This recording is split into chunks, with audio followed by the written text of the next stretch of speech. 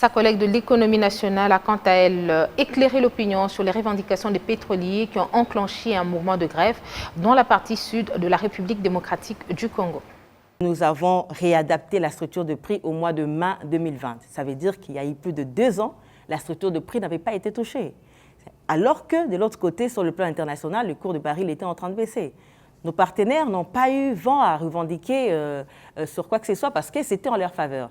Mais le problème, ce n'est pas là. Le problème, c'est que, comme nous avons dit tout à l'heure, la dernière réunion que nous avons eue avec les secteurs pétroliers, c'était le 16, précisément le 16 juillet, donc à peine 2 semaines. Et puis, il faut dire que nous sommes en train de vouloir stabiliser les taux d'échange. Parce que les taux d'échange, c'est un paramètre important qui entre dans la détermination du prix de la structure de prix.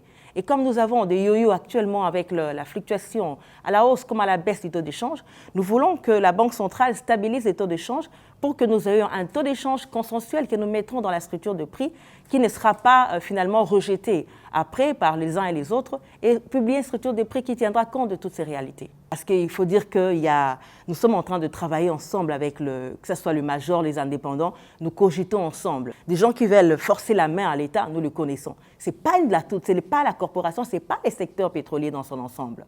Sur le plan international, le baril a commencé à faire des yo-yo depuis mars 2019. Les PMF, les prix moyens frontières, a baissé et ça a été en faveur, comme j'avais dit tout à l'heure, du secteur pétrolier.